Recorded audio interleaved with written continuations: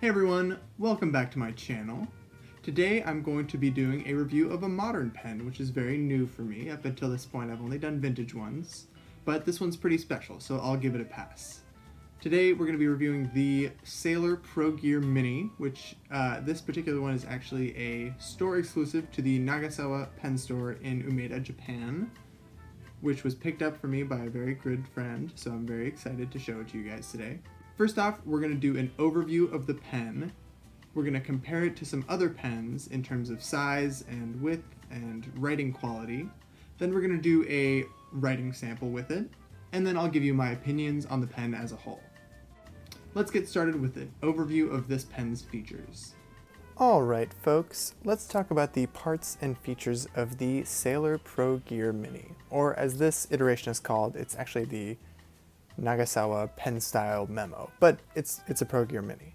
So first off, it's made out of this beautiful yellow plastic. It comes in a couple other colors as well. You can get it in black, red, blue, and then a couple of other Japanese stores have them in some pretty crazy custom colors too. At the top, you don't actually have the Sailor logo like you would have on a normal one, because this isn't technically a Sailor pen, it's just made by them. Then you've got your cap band. It says Penstyle Memo. And then you got another little smaller band there.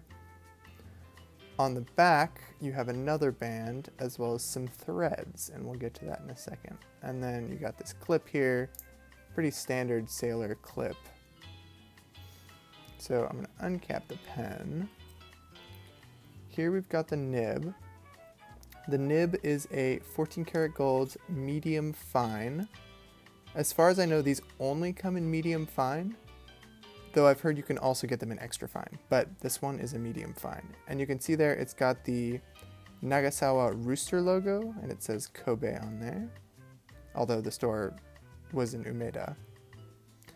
And yeah, it's a rhodium plated 14 karat gold, and you've even got the Sailor logo on there. The feed is made out of plastic, like you would expect.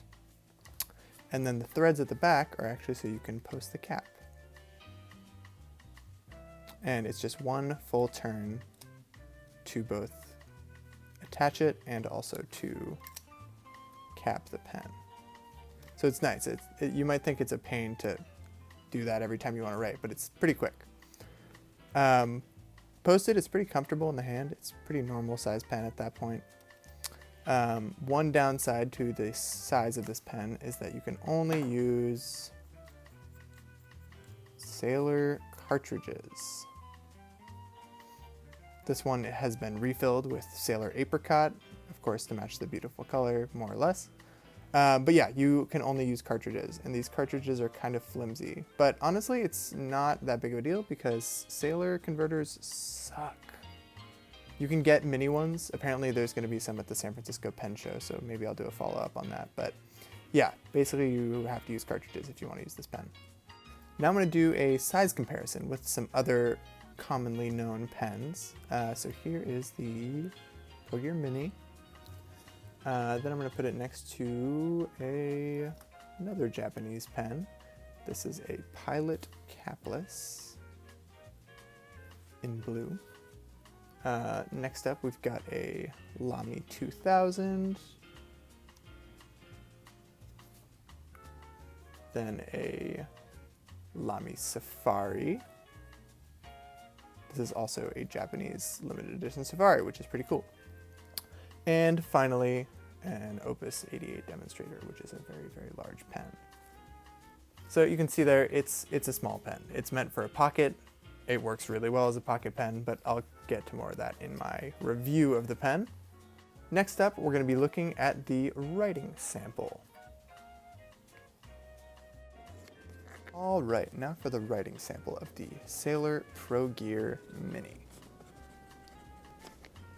This one has a medium fine nib, which I stated before. It's in between a medium and fine size, as you might imagine, and it's a hard nib, so no flex or anything, even though it is a gold nib.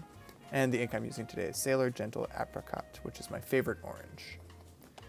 For the sample, I'm doing some cursive, just doing a little pangram here. The quick brown fox jumped over the lazy dog, except I messed it up. It's supposed to be jumps, not jumped. But I correct it in my kind of normal handwriting, which is this block lettering that I use kind of on an everyday basis. Now I'm going to do a little drawing sample. This nib I really like for drawing just because it's very well tuned and it has that feedback. You can kind of hear it in the video. It's definitely not scratchy, but it's very precise, and I'll go over that more in my opinions of the nib. But as you can see, I think it's really nice. It's not super wet, that is kind of induced through the ink, but it does have a little bit of give to the nib. I wouldn't push it at all. All right, everyone. Now on to my opinions on the Sailor Pro Gear Mini. As I may have let slip during the actual informative part of the video, I really like this pen. I wasn't even expecting to like it that much, frankly. I just knew my friend was going to be in Japan and that he was willing to pick something up for me, and I looked for something that I wouldn't be able to get anywhere else, and this was that, and I am in love with it. I don't have any other yellow pens, and it's just kind of stuck there, and I might need more. It's just such a cute little nugget of gold that I want to put in my pocket every day, and I have been carrying it literally every day since. Not to mention the fact that the nib is spectacular. I have owned a Sailor before. It had a music nib, so I didn't get really to feel the whole Sailor feedback that people talk about. For those of you that don't know, Sailor, this brand, is known for having nibs that do this kind of mechanical pencil feeling when you're writing with them, which seems like you wouldn't want it, and some people hate it, but for someone who likes both fountain pens and mechanical pencils, it's awesome. It really feels very precise, and you can do some really precise lines, though the kind of drawing I do with it is not very precise, as you can probably tell, but I love that feeling and the kind of noise it makes on the paper. I'll cut in a clip of that when I'm doing the writing sample, but it's just super nice to use. I'll hopefully be picking up a mini converter at the San Francisco Pen Show next week. But for now, I'm fine just refilling cartridges with a syringe. I've done it before, I'll do it again. And the ink capacity, while kind of annoying, is, it's better than a standard international cartridge, and I use plenty of pens that can only use a standard international cartridge. This is much bigger, and I don't know. I just can't get enough of this little guy. I might even pick up another one in a different color just so I can, depending on my mood. I'm not always feeling in a yellow mood.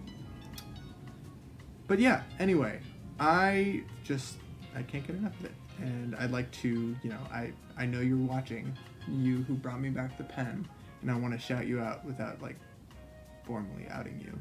But thank you for this. This is so sweet, and I will carry it around until the day I die, or whatever happens first.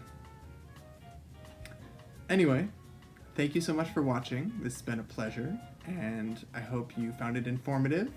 If you enjoyed it, please leave a like. If you didn't like it, you can dislike it. I won't follow you for that.